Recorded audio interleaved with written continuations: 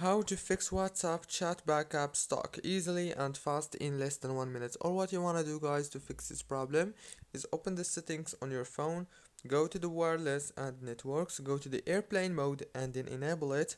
And after that, go back, open the apps manager page, open the apps. On this page you will find all the apps that you have on your phone. Click on WhatsApp and then click on this force stop option to stop running the app in the background of your phone. After that, go back and then click on the wireless and networks again, disable the airplane mode, and now restart your phone, reopen WhatsApp, and that's it. Don't forget to like, subscribe.